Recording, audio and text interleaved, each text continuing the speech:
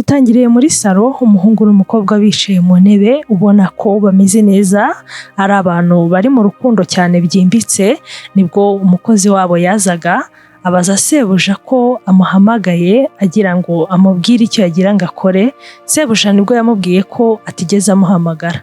Muri ako kanya rero nibwo wa mukobwa wari wicaranye na sebuja yahise avuga ati ni ngewe waguhamagaye. Umukozi akibyumva yahise avuga ati okay, nta kibazo mwambwira icyo nabafasha. Umukobwa nibwo yavuze yuko ashaka ikintu cyo kurya. Umukobwa aravuga it's okay, nta kibazo wambwira icyo ushaka nkakigutegurira kuko ibintu byose nzi kubitegura. Umuhungu yarebye umukobwa, ubwo ndi kuvuga wa musheri we bicaranye muri salo, aramureba aravuga koko se urashaka ko umukozi wanjye ari ujya kugutegurira ibyo kurya?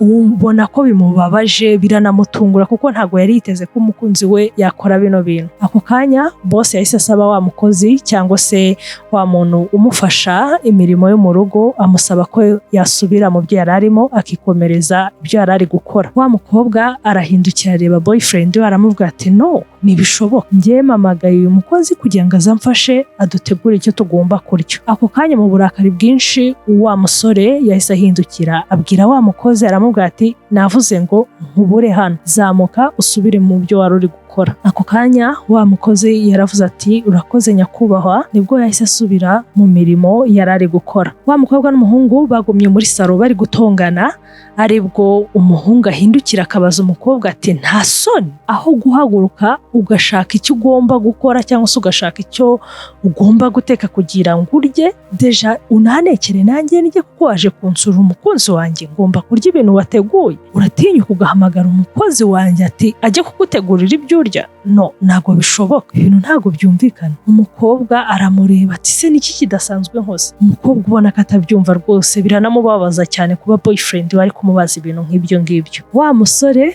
yaricaye abitekerezaho, ubona ko uwo mukobwa mutunguye, ubona ko ari ibintu ataramwitezeho. Aramubwira ati ntago bishoboka, ukeneye umuntu ugutekera kugira ngo urye. Ukeneye umuntu udutekera kugira ngo nawe turye, witwa ngo uri girlfriend wanjye. None ukeneye n'umugabo, ntuzi guteka, ukeneye umugabo, right? Ibintu ntago byumvikana. Uzi n'ikindi? Mvira mu nzu. Umukobwa nibwo yahise ahindukira areba boyfriend we aravuga no, ntabwo nshobora kugenda, ndi mu nzu y'umukunzi wanjye. Undi aramubaza ati umukunzi wuhe? Undi aramubwira ati wowe, you are my boyfriend, so ntabwo nshobora gusohoka rero. Umuhungu mu burakari bwinshi arongera aravuga ati ndavuze ngo genda upakinga ibintu byawe nkubure muri iyi nzu. Umukobwa arakomeza aratsimbarara yanga gusohoka. Tugaruke kuri wa mukozi yicaye mu cyumba ari kuganira n'inshuti ye yaje kumusura. Wa mukobwa nibwo yatangiye kubarira inkuru wa mushuti we ibintu byabereye muri rwa rugo. Uyu mukobwa akaba n'umukozi wo muri runo rugo yitwa Sandra. Sandra rero nibwo yakomeje kubarira inkuru uwo nguwo ibyabereye aho ngaho. Gusa ku rundi ruhande uyu mukobwa uko abivuga ukabona ko adatuje mu maso, ubona ko atanishimiye kubona uriya mukobwa ari kumwe na boss we. Ako kanya nibwo inshuti ye yahise isaba cyangwa se yahise ibaza Sandra niba koko agikunda uriya mu boss we. Sandra aramusubiza ati sinzi uburyo nabikubwiramo ariko nakubeshye mbonye boss wanjye ari kumwe n'uriya mukobwa numva biri kundya ahantu, numva bimbangamiye mana yanjye, numva simba nshaka kubitekerezaho, sinzi nimba ari ukwikunda kandi I know ndabizi ntago boss anyitayeho, nta nubwo ashaka kumenya ko mpari naba mari cyangwa nahari, mbese ubona nta kintu bimubwiye. Nakubeshye njya nibaza nimba ari uko naje guhura n'ibibazo nahuye nabyo nyuma y'uko ababyeyi banjye bapfuye nkabura epfo na ruguru, imitungo yacu yose hari umuntu wakoranaga na papa muri business akayimurya. Ibaze ko ntekereza ko ari nabo bashobora kuba barishe papa wanjye cyangwa se ababyeyi banjye bose. Gusa reka ibyo tubyihorere, nakubeshye ndumva nabuze amahoro. Yariruhukije ikintu yakoze cyakora yahise amubwira tuzi n'ikindi, ngiye gushaka kandi kazi rwose, ntago nshaka kugwa muri aka kazi, ndarambiwe gukomeza kubona boss wanjye ntashobora kumukoraho, ntashobora kumubwira ijambo ryose numva rimvuye ku mutima, no, hari impamvu atabasha kumbana nuko ndi umukozi we, ndashaka gusubira mu buzima busanzwe, ndashaka kuba wa wundi narindi we mbere y'imyaka 5 ababyeyi banjye batarapfa. Nshobora gushaka akazi ahandi hantu, narize even nubwo ndi gukora akazi ko mu rugo ariko narize, ndi umuhanga kandi nshobora gukora ikintu icyo ari cyo cyose, ndi umuhanga muri business. Uyu mukobwa yamugiriye inama y'uko adashobora kuva mu kazi mu gihe atarabona kandi.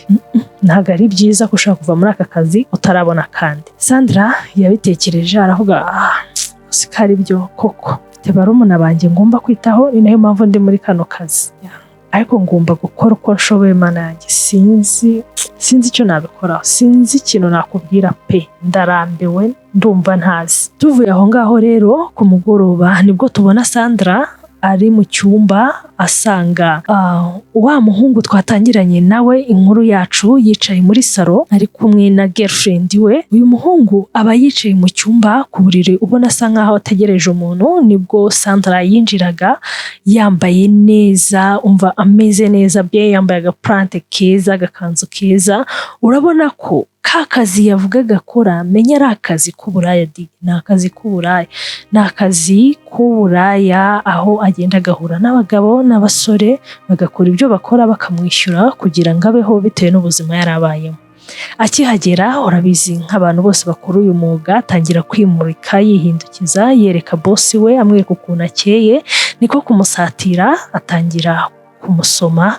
Ubona ko nyine ari kumuseduriza mu buryo bugaragara. Wa muhungu birangira amubwira ati relax, tuza byagenze uyu munsi.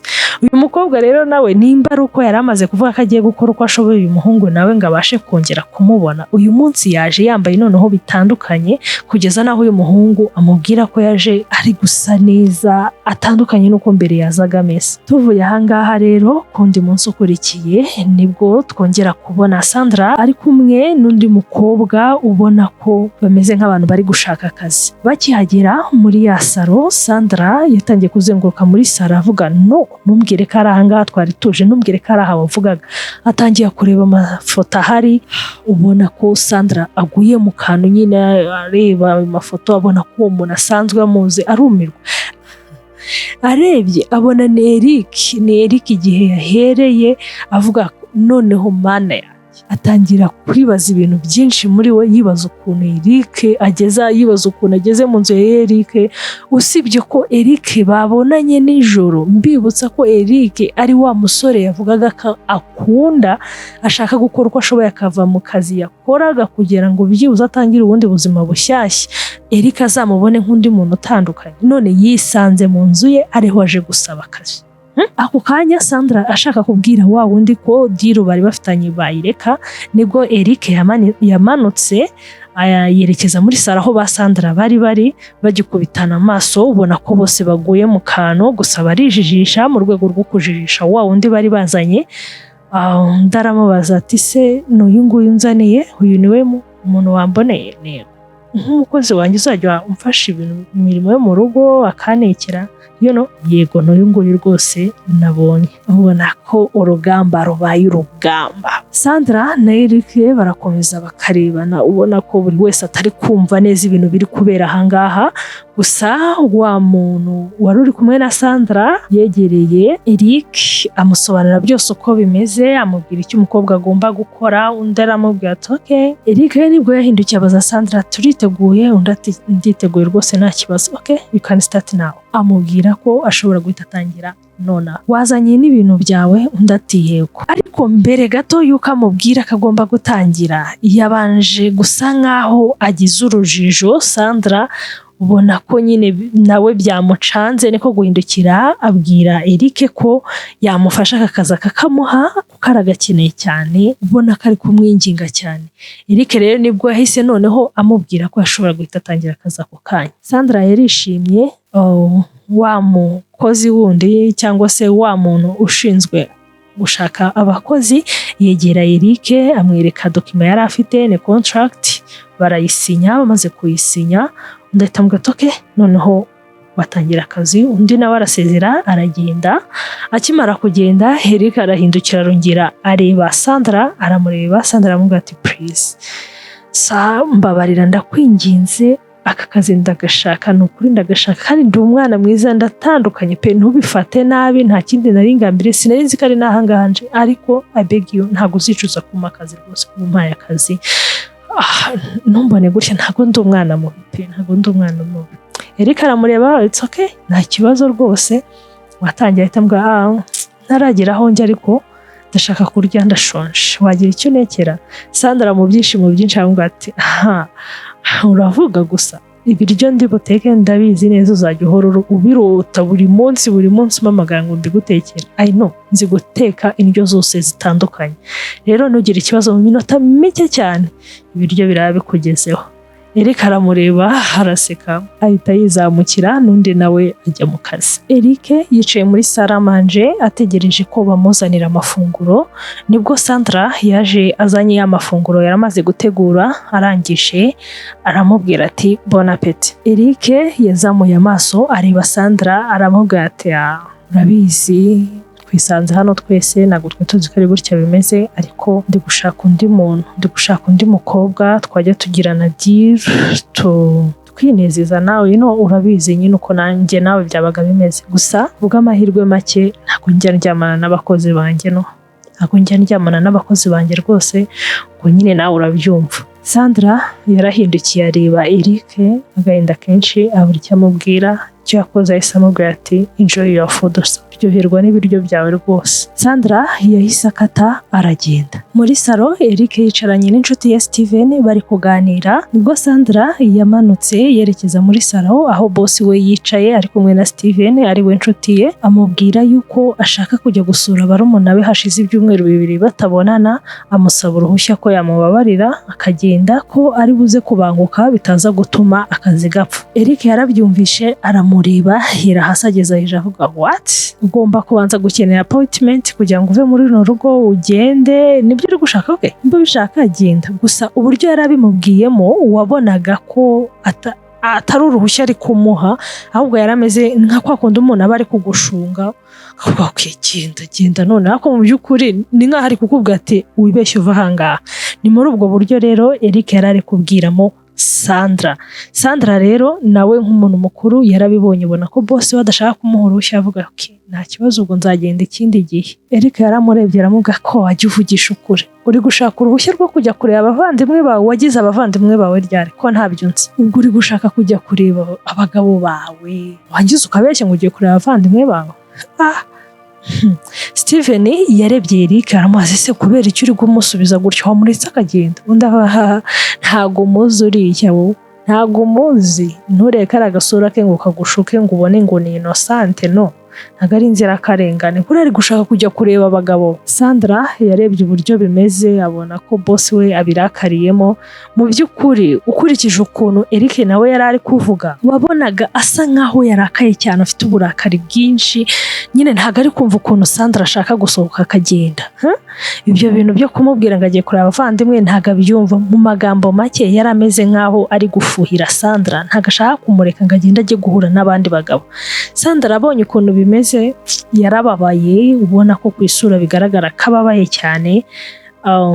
Eric ahita amubwira ati mva imbere, abikoresha intoki amubwira ati mva imbere, kwa kundi umuntu akumva ukibwiriza nyine ukamenya icyo avuze. Sandra ahita yerekeza asubira iyo yaraturutse. Muri ako kanya nibwo Eric yakiriye telefone aritaba, ntago tuzi wari umuhamagaye ninde, ni nayo mpamvu nawe yahise amubaza ati ninde turi kuvugana, undi aramwibwira, gusa ntago twabashije kumenya uwo ari we. Nibwo akiva kuri telefone yahise ahamagara Sandra mu burakari bwinshi. Sandra aza amusanga aho yari amusize muri salo, aramubaza ati nta soni ugeze aho ufata nimero yanjye ukayihereza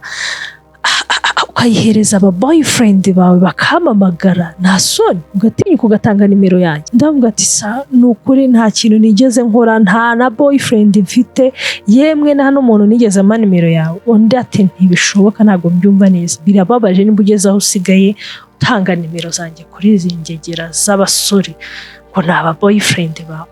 Icyo gihe Steven nawe inshuti ya Eric yari iri kubireba, akabona se umushuti wanjye kuki uyu mukobwa bari kumushitinga cyane, ntago abyumva, arabaza kubera iki uyu mukobwa umfata nabo. Ndavuga ati uyu mukobwa ntago umuzi, njye ndamuzi, genda muzi neza bihagije buriya abafite abagiye gushaka abari gushaka uruhushya rwo gusohokana n'ibigabo ngo bagende baryamane none baze kageze afata nimero yanjye akayihereza aba boyfriend be mu burakari bwinshi mva arababara byatari Eric yabuze icyo akora umujinya uramwisha hafi no kumva yakubita Sandra gusa we icyo yakoze ahise akura make karenge hakiri kare kuko yabonaga ko noneho umujinya Eric afite amva utari bugarukire hafi aho ngo atagize ikintu akora. Twongera kubona Eric avuye muri siporo aribwo azayinjira muri salo asanga Sandra yicaye mu ntebe ari kureba agasobanuye aramubwira ati Sandra wamfasha ukanzanira icupa ry'amazi hariya.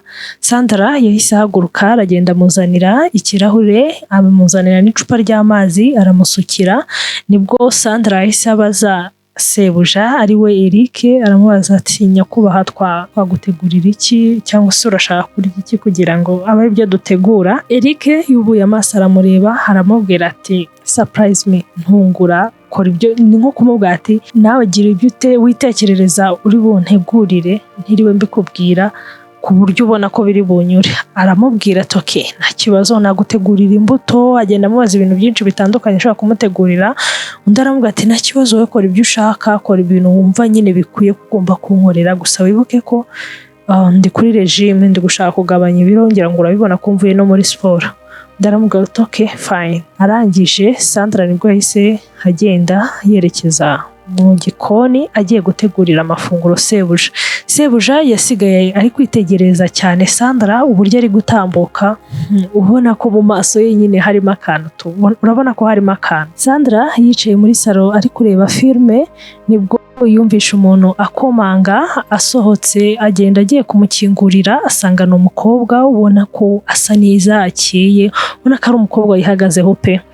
Akihagera umukobwa yinjiye asa nk'uwisanga muri urwo rugo ubona ko asanzwe ahagenda ubona mbese nta limite afite ahantu agomba kugarukira. Sandra bitewe n'ukuntu yabonaga ko uwo mukobwa ubona akantu hose ari ubona ko yisanzuye yahise amubaza ariko ko ntari kukumenya agira amatsiko yo kumubaza uwo ari we undi aramubwira ngo umusore ushatse kuvuga ko utanzi. Aramwibwira amubwira ko yitwa Veronica amubwira ko aje kureba boyfriend undi aramubaza ati what boyfriend wawe uwuhe boyfriend wawe. Sandra ubona atabyumva neza nyine avuga no ntabwo bishoboka boyfriend wawe uwuhe. Ndamugata ahubwo mvira mu nzira nje kureba sheri wanjye Eric nta rundi muntu uba muri inzu. Undi Sandra nyine agwa mu kantu ubona ko atari kubyumva neza ukuntu uwo mukobwa aje kureba Eric cyane ko aribwo bwa mbere yari amubonye kuva yagera muri uru rugo.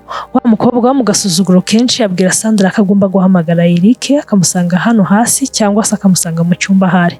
Sandra aravuga ati araryamye araruhutse bibaye byiza wamwihamagarira kuri telefone yakumva ashaka kuza akaza. Undi ahita amusunika amugambira mu nzira nigendere. Muri salo Steven ari kuganira na Eric aramubwira ati ariko ubundi ko mbona ntazi ukuntu uri kureba Sandra undi wo kwirirwa umureba gutyo ubona ko wabuze icyo uvuga bitewe inda n'icyasobanuye kuri wowe. Why not utashyingirwa nawe utamushaka ukamugira umugore? Ni umukobwa mwiza, ni umukobwa usobanutse uretse kuba ari umukozi wo mu rugo ariko biragaragara ko yakomokaga mu muryango ukize umeze neza. Why not utamugira umugore? Undi aramureba ati no uramufata nk'umukozi wanjye gusa nta kindi birabyo kumureba ntubizi se ni bya bindi by'abasore umusore wese wumva yareba umukobwa nta kindi rwose uriya amufata nk'umukozi wanjye wo mu rugo nta bindi byiyumviro mufitiye.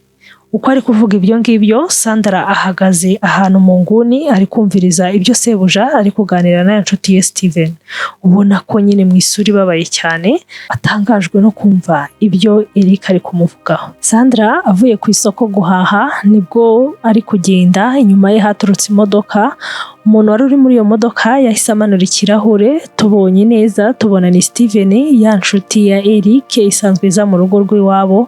Aramubaza Sandra bite uvuye he amubwira ko avuye ku isoko guhaha niko kumusaba ko yakinjira mu modoka akamuha ifuti kuko n'ubundi agiye iwabo. Sandra yahise yinjira muri ya modoka ya Steven berekeza mu rugo cyane ko n'ubundi bari basanzwe baziranye berekeza iwabo wa Eric ari naho Sandra n'ubundi asanzwe akora. Bakihagera rero babakinguriye igipangu barinjira bakimara kwinjira nibwo Eric yababonye Steven ari kuganira na Sandra ubona ko bahuje urugwiro Eric n'ifuhe ryinshi mu maso ubona ko ahindutse, aramanuka n'umujinya aramubaza, Sandra kuva mu gitondo kugeza izi saha ni gute umbwira ngo wari uri ku isoko gusa, cyangwa wari wagiye mu bagabo bawe, wari wagiye muri baba boyfriend wawe ntazi ubwoko bwawe, ubona ko yarakaye. Ndarambiwe Sandra, nushaka wikosore. Sandra yahise yinjira mu nzu abasigana aho ngaho aho bari. Ubwo Eric yarakomeje kuganira na Steven ubona ko nyine ntago ari kumva neza impamvu Eric ari gukomeza gushitinga uwo mukobwa buri gihe uko bahuye uburyo amubwira nyine biramucanga tu. Mu gikoni batwereka Sandra nawe ubona bisa nkaho byamucanze, ari kwibaza ukuntu Eric aba ari kumufata, ukuntu ubona amubwira nabi, mbese nawe ubona ntago ari gusobanukirwa ibiri kuba. Sandra nyine abyakira. Sandra muri uko kwibaza ukuntu Eric asigaye amufata, ibyabaye ngombwa akahita afata telefone ahamagara wa mushuti we amusaba ko yamusanga mu rugo akagira ibyo amubwira. Yaraje amutekerereza byose ibintu Sandra akorerwa na boss we, ubwo ndi kuvuga ibintu Eric akorera Sandra. Mushuti we amutega amatwi aramubwira ati ugomba kwihangana nta kundi. Ni nabwo Sandra yabwiye mushuti we ko ashaka kuva muri kano kazi. Undi aramubwira ko wa mukobwa uba muzima cyangwa kariya wakavuyemo bigoranye, ugize amahirwe ubonye ahantu heza guturiza ngo ugiye kuhava. Kuba gufata gutyo se bigutwaye iki? Ntaguhemba saguhemba neza. Ndataramhimba neza nta kibazo. Okay, stay here, ahantu ugomba kujya guma ahangaha kamirika, ibyo byari kugufata bizagera aho birangire rwose. Ngira ngo impamvu gufata kuriya nuko wenda mwigeze guhurira muri zira affaire. I think niyo mpamvu. Sandra amaze kuganira na mushuti we yarasohotse, akigera hanze akubitana na Eric nawe yaragiye gusohoka igipangu, barasohozanya amubaza aho yerekeje. Undi aramubwira, Eric aravuga ati okay nta kibazo waza nkakudropinga nkakugezayo, cyane ko arizo nzira nari ngiyemo nanjye. Sandra aramubwira ya nshuti ya Sandra nibwo yahise imubwira ati okay nimba ukomeje kwinsista nta kibazo. Niko guhita binjira mu modoka baragenda. Bakigera rero batwereka Sandra ari mu cyumba ari gusasa, nibwo wa mushuti we yamuhamagara amubwira ati umva, ntitaye kuri inshuti yanjye, ntitaye ku magambo yose wambwiye, ndabizi neza nkurikije uburyo Eric yamfashe, uburyo yanganirizaga, ubwo yamaga lift burya cyagenda nimvuye aho iwanyu nibajye kubikubwira, yamaye lift angeza mu rugo. N'umwana mwiza yarari kunganiriza neza byatare. Umva ntago wakiyumvisha ukuntu yanyansera details za account zanjye zose. Uziko nagiye kubona nkabana nakiri 50,000 kuri account yanjye. Mana yanjye nishimye yankoreye umunsi. Nshuti yanjye urabizi ndagukunda, ariko harashobora kuba ari wowe ufite ikibazo ushaka ukuntu gikosora, kuko rwose nabonye uriya mutipe ari umwana mwiza pe. Sinzi ibintu wavugaga aho wabikuye, ni ukuri pe ndakurahiriye. Sandra akimara kumva ibyo Eric yakoreye mushuti we, yahise yerekeza mu cyumba cya Eric, arakomanga, arinjira, aramureba mu masoni menshi, aramubwira ati sa wakoze cyane kuri gift wahaye mushuti wanjye, yarabikeneye cyane n'ukuri pe wakoze. Ndaramureba ntiyagira icyo avuga. Sandra arongera asubiramo aramubwira ati sa nari nje kugushimira, wakoze cyane kuri gift wahaye inshuti yanjye. Ndamubwira okay nta kibazo. Eric nyine ubona ko asa nkaho atabyitayeho, ariko nanone ku rundi ruhande ukabona asa nkaho ari mu bitekerezo cyane, ari kure cyane utamenya ngo nibiki ari gutekereza.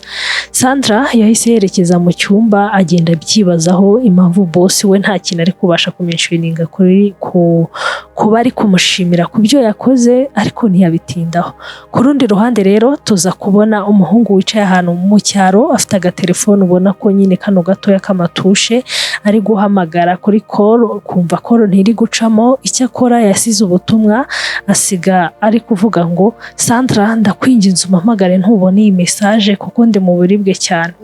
Ikigaragara cyo arasa nkaho uyu muhungu yari arwaye, wagira ngo ni umuvandimwe we. I think ko ari wa muvandimwe Sandra akunda kuvuga ko afite. Nibwo twagarutse mu rugo kwa Eric, Sandra yicaye muri salo ari kumwe na inshuti ya Eric ariyo Steven, bari kuganira ari kumushimira cyane ku bufasha yamuhaye. Steven byarangiye afashije Sandra kugira ngo afashe wa muvandimwe wari wamusigiye ubutumwa amubwira ko agomba kumufasha byihutirwa kuko abikeneye, cyane ko ngo yarari mu buribwe.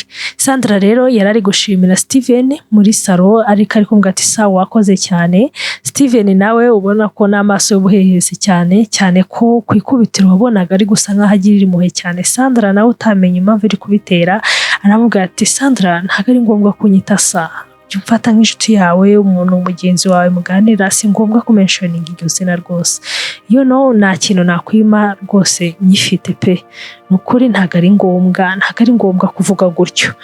Ibyo byose uko abivuga afashe mu kiganza cya Sandra avuye gusura wa muvandimwe we ahari arwariye. Nibwo ku rundi ruhande rero batweretse ya nshuti ya Sandra ari kumwe na musaza we umwe wari urwaye, batungura Sandra bari kumuririmbira happy birthday bishimye cyane. Nibwo ya nshuti ya Eric Steven yaje abasanga aho bari gukorera iyo party, reka mbyite kari party. Aravuga ngo what Sandra wari ufite anniversaire nimwambwira waye kubera iki mutambwiye? Ndamubwira ati rwose pe nanjye ntabwo nzi ko bano bantu babizirikanye, nanjye ntabwo nari mbyitayeho pe, nari maze iminsi mugiranye cyane kugera naho nibagirwa umunsi w'isabukuru yanjye. Barishima baraserebura nta kibazo. Muri iryo joro rero baratashye berekeza aho Sandra akorera, ubwo ni mu rugo kwa Eric. Basanga Eric yicaye muri salo asa nkaho yabategereje, ari nabwo Sandra ari kuza ari kumwe na Steven bishimye bari kuganira nk'abantu bavuye muri party.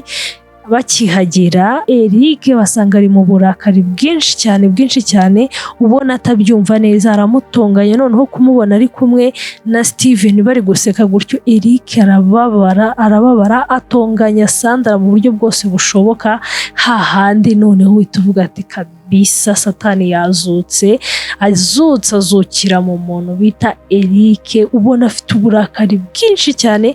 Ntago yiyumvisha ukuntu atahari no joro, none hari kumwe n'abagabo n'abasore. Ibaze ko Eric bisigaye bigera no ku nshuti ye Steven ntiyumve impamvu Steven ari kumwe na Sandra, ntago abyumva neza. Muri uko kurakara Steven yahise abaza Maurice, ariko kuki ukomeje kurakara cyane, byagenze gute? Undi mu burakari bwinshi avuga ati nta soni uratinyuka ukambaza ngo ni kubera iki? Uratinyuka ugafata umukozi wanjye ukamujyana hanze y'inzu yanjye nta burenganzira nabahaye, ntigeze nguha uburenganzira bwo kumutwara, ngize ukambaza ngo niki gitumye ndakara? Nta soni. Sandra abonye ko Eric atangiye kuvuga nabi, abwira n'inshuti ye nabi, agize ngo agire icyo avuga, Eric aramureba avuga ati shut up zibaho, nkubura ahangaha. Niko guhita mwirukana, aravuga ati nkubone mu nzu, mu cyumba direct. Sandra yahise azamuka, Eric asigarana n'inshuti ye Steven. Undi aramwegera tuza rwose. Nyine ubona ko Eric atari kubyumva neza, aramubwira ati please ni last warning, ntabwo nshaka kuzongera kukubona uri kumwe na Sandra. Ongere mbisubiremo, nimba ushaka ko umubano wanjye nawe ugenda neza, ntabwo nshaka kongera kukubona uri kumwe na Sandra muri buno buryo. Muri salo Sandra ari kureba filime, ngira ngo murabizi ko Sandra akunda kureba filime cyane. Yicaye ubona ko anezewe, ari kwinjoyinga ibyarimo cyangwa se ibyari kureba. Nibwo Eric yahamusanze aramubwira ati Sandra nagira ngo usabe imbabazi, ejo hahise nararengereye, ntabwo ari kuri nari nkwiye kwactinga, I'm so sorry. Ndamubwira ati okay nta kibazo, kandi n'umushinga wari ufite rwose birumvikana cyane ko twari twagiye tutabikuwe gusa sa ntabwo rwose ntabwo ari biranarungambiriye. Ndamubwira ati it's okay nta kibazo. Nuko bicaye bari kuganira, nibwo Eric yabajije Sandra ati se ejo bundi wari wujuje imyaka ingahe, cyangwa se wari uri guserebura imyaka ingahe wari wujuje? Ndarimubwira ati nari nujuje imyaka 28. Ndaravuga ati iyo myaka rwose uracyari muto cyane, gusa niyo ngiyo da ntawamenya. Baraseka, niko kumubaza se ko mbona wishimiye cyane iriya muvu uri kureba bimeze bite? Ndaramubwira ati ni nziza, umva meze neza. Baza ati se uramusore uramuvuga iki? Ati ni sawa tu, ni nawe uri kuryoshya iyi filime. Ndamubwira ati tukiri ahangaha se wambwira ubundi gu yawe ni iyihe? Ukunda abasore bameze bate? Muri iyi filime nyine bimeze bite? Ubakunda iki? Ni kiri gutuma ubakunda? Arangije agenda amutungira urutoki umwe ku wundi, aramubwira ati njye nkunda abasore bameze nk'abariya. Undi ati kubera iki? Ni romantike, azi gukeyaringa cyane umukunzi we, mbese n'umuntu wumva agatega amatwi umuntu akunda, mbese ndabukunda. Ubona ko bicaye aho ngaho muri salo bari kwinjoyinga, bari guseka, urabona noneho ko bishimye, hasa nkaho harimo umwuka mwiza. Nyuma y'iminsi bongera kutwereka Eric ari mu rugo, ubona bisa nkaho byamucanze, ari wenyine, ari kugenda ajya aho babika amawayini, ari kugenda asuka wayini z'ubwoko bwose, ubona ko ubuzima bwamucanze. Muri iyo minsi ntabwo Sandra yari ahari, yari yaragiye iwabo mu cyaro, ari nayo mpamvu Eric ubona asa nkaho yihebye cyane, kubera ko nta wundi muntu bari kumwe, amaze iminsi yumva asa nkaho ari wenyine bitewe nuko Sandra adahari. Iminsi yarashize rero, Sandra ageze aho agaruka mu rugo, ariko mu kugaruka aza atabwiye Eric. Akigera mu nzu abona ukuntu ibintu bijagaraye, niko kuzamuka agera mu gikoni, naho abona nta kintu giherukamo, ategura isupu nziza imeze neza. Niko gusanga Eric mu cyumba aho aryamye asa nk'uwihebye, arakomanga, arinjira. Akimara kwinjira, Eric akimukubita amaso aramubaza ati wagarutse? Ndati cyane nagarutse rwose. Noneho birangije nibwo Sandra yahise amwegera, atereka isupu ye ku kameza gatoya kari kari aho ngaho, aramubwira ati banza unywe iyo supu turaganira nyuma. Undi aramubwira ati kuki watinze, naragukumbuye, ubona ari mu gahinda kenshi. Undi ati wihangane, nanjye sinjye, umubyeyi wanjye yari arwaye ameze nabi ari kurira. Niko guhita amubwira ati it's okay, nta kibazo. Barakomeza baraganira. Ku rundi ruhande bongera kutwereka umubyeyi wa Sandra, wa undi wari urwaye yapfuye, abari kurira, wa musaza we ndetse n'inshuti ye bose bari kurira. Arangije arataha yerekeza kwa Eric, amubwira byose uko byagenze. Eric nk'umuntu mukuru aramwegera, aramuhobera, aramuhumuriza ati humura, turi kumwe muri ibi bihe urimo bitoroshye, kandi humura, Imana yakoze ibyo yakagombye gukora, kandi mama wawe rwose pe yararushye, yarananiwe. Okay, sinavuga ngo yarakwiye gupfa, ariko reka tumureka aruhuke, kandi ntabwo yakwishima kuko ubona umeze gutyo utishimye. Please tuza, humura, ndi kumwe nawe. Ariko amukurura amwiryamisha mu gituza. Eric akimara kubwira Sandra ibyo ngibyo, aho Sandra yabitekerejeho, arangije niko gusa nkaho asubiye inyuma gatoya, aramubwira ati ndabizi impamvu uri kumbwira ibi ngibi, no kwangiriye impuhwe, mama wanjye yapfuye, yego nibyo, ako ntabwo ari ngombwa kugirira impuhwe bingana gutya kumugera naho umbwira aya magambo. Undi aramureba aramubwira ati Sandra, I'm so sorry, ntabwo ibi ndi kubikora kuko nakugiriye impuhwe, kuko numva ko nshaka kuguturisha, no, ibi ndi kubyikorera, ahubwo ni njye udatuje, maze iminsi natuje. I'm sorry ko byahise, mu bihe byatambutse byose nagiye nkubwira nabi ibintu byinshi, nkufata uko ntabwo akwiye kugufata, ariko bira byose nabiterwaga n'urukundo. Sandra, I love you so much. Ntabwo numva, ntabwo nzi uburyo nabikubwiramo, ariko Sandra ndagukunda cyane. Okay, nitwaye nabi, ko yanicara nkagerageza kwikoramo ririya joro ryahise ryatambutse, ubwo njye nawe twari turi kumwe, ariko byanze kumva mu mutwe. Noneho ntabwo nabashaga kwiyakirana no kukubona uri kumwe n'undi mugabo, byari byarananiye. Niyo mpamvu wabonaga nagufataga kuriya nkakubwira nabi. I'm so sorry Sandra, I'm sorry. Guhagarika kugutekerezaho, kugukumbura biri kunyica, birandwaza mu mutwe. Guhagarika kukubwira ko ngukunda nabyo byananiye. I'm so sorry and I love you so much Sandra, I love you. Eric ari kumubwira ibyo ngibyo, nibwo yamurebye cyane mu maso, aramubwira ati please. Ko ari kuvuga ibyo ngibyo, Sandra nawe arahagaje, aramutumboyiriye, ari kumureba, aramubwira ati please Sandra mu gahinda kenshi cyane, ko natwe dusanzwe tuzi ko Sandra akunda Eric cyane byahebuje. Yahise mwegera, aramuhobera, amugwa mu gituza, ubona ko mbese noneho aribwo asa nkaho abonye uburuhukiro, yibagirwa bya bibazo byose yari afite by'uko nyina yapfuye na bya bihe byose. Ubona ko noneho aribwo ubuzima bwe busa nkaho butangiye, cyane ko Eric yahise amusaba ko noneho batangira bundi bushya. Bongera kutwereka Sandra na Eric bicaye mu cyumba, Sandra yicaye ku bibero bya Eric, bari kuganira bishimye baseka nk'abantu batangiye fresh, noneho bakundanye bameze neza bien. ako kanya bari guseka Eric yahise agira akantu k'agakorora, arakorora cyane bidahagarara. Nibwo Sandra yamubaje ati baby ubaye iki ari kumukoraho, gusa Eric ntiyamusubiza. Sandra yahise ahaguruka cyane mu gihunga cyinshi cyane, ariruka yerekeza hasi agiye kuzana amazi yo guhereza Eric kugira ngo arebe ko yatuza. Akimara kuzana ikirahure cy'amazi yahise afata Eric amusomya cya kirahure cy'amazi. Eric akizamura umutwe ari kunywa y'amazi, mu kumanura yahise akora inyuma mu mufuka, ahita akuramo kaka box babikamo impeta. Nanjye sinzi uko bakita isweya, ibaze ntagiye no gukotora bitewe n'ukuntu ahantu bigeze, ahantu haryoshye. Nibwo yahise akuramo impeta inyuma mu mufuka, ahita ayishyira imbere ye. Sandra rero ubwo yaterekaga ikirahure cy'amazi hasi, ataragishyitsa hasi, nibwo yakebutse areba ibintu Eric akoze biramutungura. Undi ati no, ntumbwiye ko ibi byose yari acting, ari ibintu wari uri kwikoresha mu mana uyu mutima.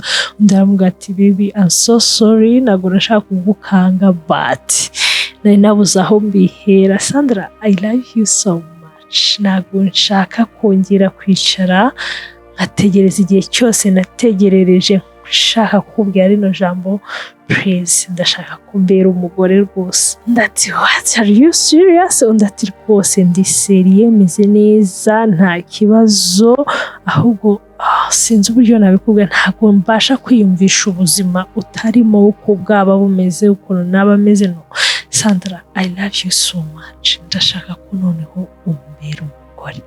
Sandra mu byishimo byinshi yahise ahobera Eric bye, batangira gusomana, ari nako acigatiye cya kirahure koko yari ataragitereka hasi, barahoberana mu byishimo byinshi. Ni nako inkuru yacu irangiye. Mwakoze kubana natwe, ciao, love you so much, love you.